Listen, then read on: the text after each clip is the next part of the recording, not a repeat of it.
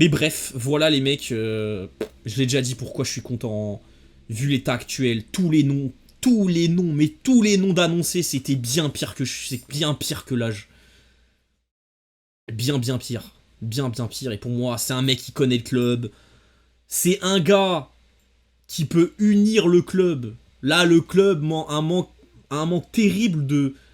Genre, en fait, on se reconnaît pas dans la direction, dans le coach, dans le projet. Là, ils vendent tous nos joueurs, tu ne comprends pas. Et le moment, t'as un point pour se raccrocher, c'est l'homme. Parce que peut-être des gens sont pas confiants sur le fait que Bruno Lage va réussir en tant... Est-ce que c'est un bon coach tactique? Mais moi, j'ai des doutes, les gars.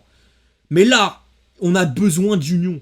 On a un très bon effectif, on a des très bonnes individualités. C'est pas besoin d'être un Guardiola pour les faire fonctionner, les mecs. Mais là, le gros problème du club, avant le jeu, avant quoi que ce soit, les gars, c'est l'union.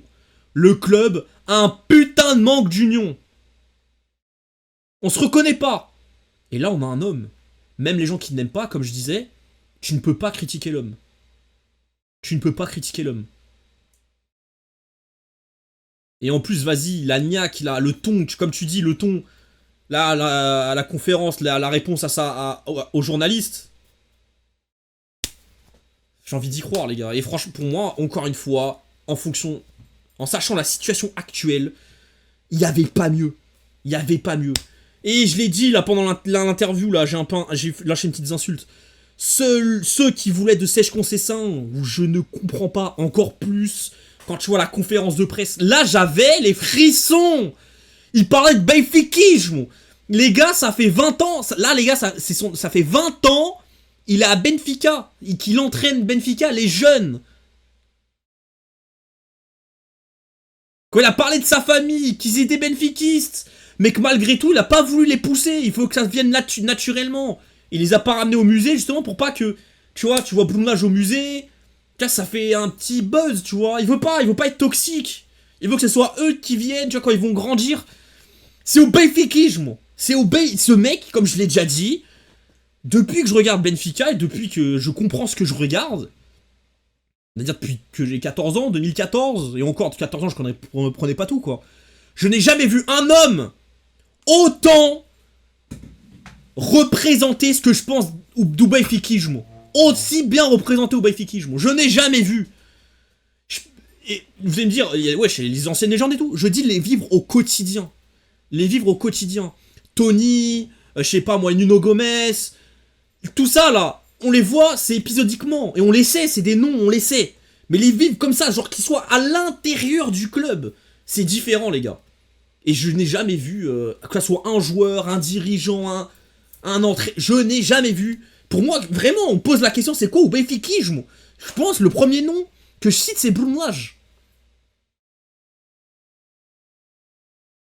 Et les gars, on a besoin de retrouver cet amour pour o benfiquisme.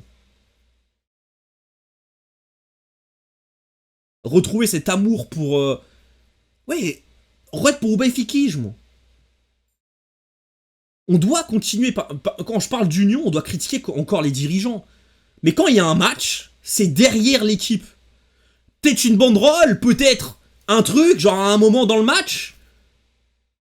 Mais le match, quand il y a Benfica, si Benfica est une gagnare esta merda, derrière les joueurs, derrière l'entraîneur, et vamos ganhar esta merda, caralho. Parce qu'il y a un objectif, c'est d'être champion. Malgré que moi, encore une fois, demander à Bruno Lage d'être champion au vu du retard déjà accumulé, du rival, de l'effectif de merde, enfin de l'effectif mal géré, enfin qu'on a perdu beaucoup de top joueurs, le fait que c'est pas son effectif, le fait que c'est la guerre au club, il doit déjà, avant de unir le club, c'est même pas que gagner des matchs, le mec doit réunir le club, c'est une de ses missions, c'est lui, là je l'attends dans ça par contre, que le club, on s'unit autour de lui, qu'en conférence de presse il est bon, que les matchs sont agréables, qui nous donnent envie de donner une vague de benfiquisme, tu vois.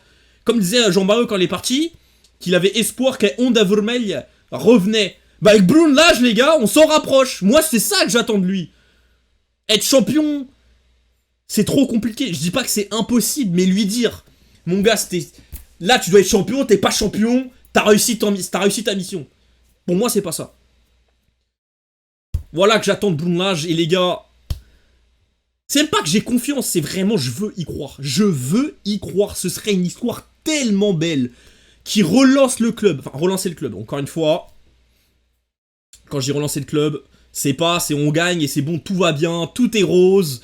Les dirigeants, ils ont tout bien fait en fait. Les dirigeants, allez, Rui Costa, allez, 2025 tu gagnes. Non. D'ailleurs, c'est un très bon coach, c'est un benfiquisme. C'est un benfiquiste, même si, imaginons, il fait un top. Ça peut être, en plus, il a pas un top salaire, ça peut être un peu comme, tu vois, Villas-Boas quand il est venu à Porto, il a, tu vois, avant de tout péter, il a voulu quand même garder les trucs positifs de l'ancien mandat, tout ça. Du coup, il est resté sur des bonnes bases, il a dégagé le conseil parce qu'il a un gros salaire, et du coup, il a gardé l'entraîneur adjoint qui était pas très loin du... Bref, vous avez compris, qui connaissait les effectifs et tout. Donc là, tu vois, ce serait un coach parfaitement dans ce truc-là. Il fait un bon taf, président, changeant de président l'année prochaine, bah il le garde, tu vois. Après, il faut qu'il fasse du bon taf, Blondage, hein, je dis pas que... Faut qu'il fasse du très bon taf. Mais tu vois, c'est un coach dans ça. Mec, pour moi, il a tout de l'homme de la situation. Enfin, il a tout. En tout cas, le profil d'homme, de coach, de... Il l'a. Après, tactiquement et techniquement et tout ça, c'est à voir. Là, j'ai plus de doutes. Mais on va voir. Parce qu'encore une fois, je l'ai déjà dit, les échecs passés... Wolverhampton, c'est pas un échec. La première saison qu'il a fait, elle est très bonne. Les 6 premiers mois, c'était un très beau football avec un effectif et un 11 de merde. Les 6 prochains mois, c'était un football moins impressionnant à regarder. Je me rappelle, les gars, à la télé, les consultants qui regardaient pas Wolverhampton, tu vois. À chaque fois qu'ils disaient, putain, mais à chaque fois, eux, contre les grands, ils font chier, ils jouent bien et tout. C'était un football. Du coup, c'est passé à un football plus efficace, un peu moins chatoyant. Mais bon, la mission de Wolverhampton, c'était pas de descendre. Hein. C'est la première ligue, les gars. Hein. Là, ils jouent pas contre Stade Amado, là. Avec Benfica, en plus. Hein. Là, ils jouent avec Wolverhampton, ils jouent contre Chelsea, Manchester United, City, Arsenal. Hein, chaque week-end. Hein.